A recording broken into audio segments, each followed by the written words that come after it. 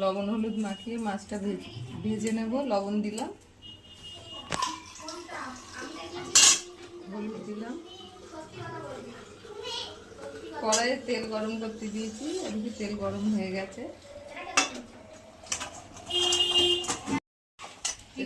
এর মধ্যে কাতলা মাছ আছে, দুটো কাতলা মাছে দিয়ে দেবো, একটু ডিম আছে দিয়ে দেবো মাছে। আর মশলা দেবো এই যে পাকা লঙ্কা, আদা, পোস্ত আর সাদা তিল।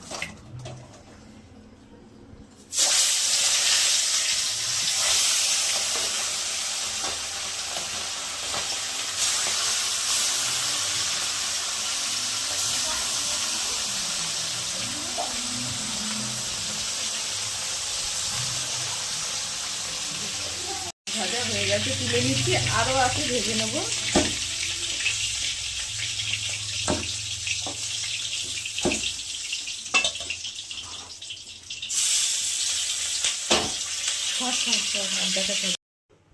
দুটো শুকনো লঙ্কা, একটু কালো জিরে, আদা, তিল বাটা, একটু জল দিয়েছিলাম।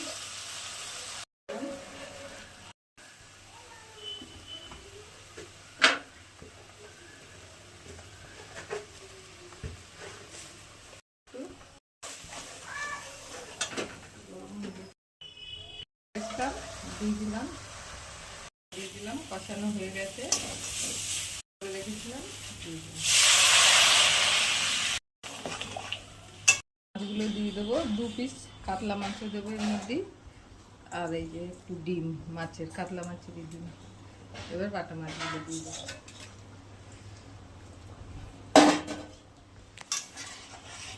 একটু ফুটিয়ে নেব। একটু ঝোল তো বলেছি, ঝোলই হবে, একটু পাতলাই ঝোল হবে। পোস্ত আর সাদা তিল বাটা দিয়ে বাটা মাছের ঝোল।